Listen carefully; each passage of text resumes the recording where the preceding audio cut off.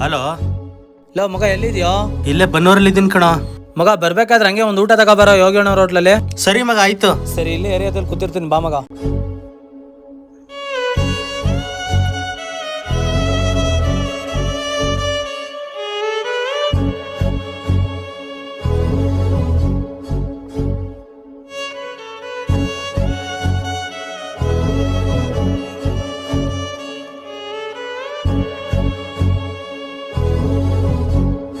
ತಗೋ ಮಗ ಊಟ.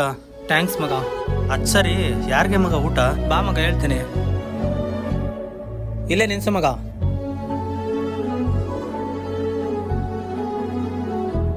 ನಡಿ ಮಗ, ಹೋಗದ. 40 ರೂಪಾಯಿ ವೇಸ್ಟ್ ಮಾಡ್ಬಿಟ್ಟಲ್ಲ ಮಗ. ಯಾಕೋ ಈ ತರ ಹೇಳ್ತಾ ಇದ್ಯಾ? ಭಿಕ್ಷುಕರಿಗೆ ಊಟ ತಗೋಬಾ ಅಂತ ಹೇಳಿದಿದ್ರೆ ನಾ ಊಟನೇ ತತ್ತಿರ್ಲಿಲ್ಲ ಮಗ.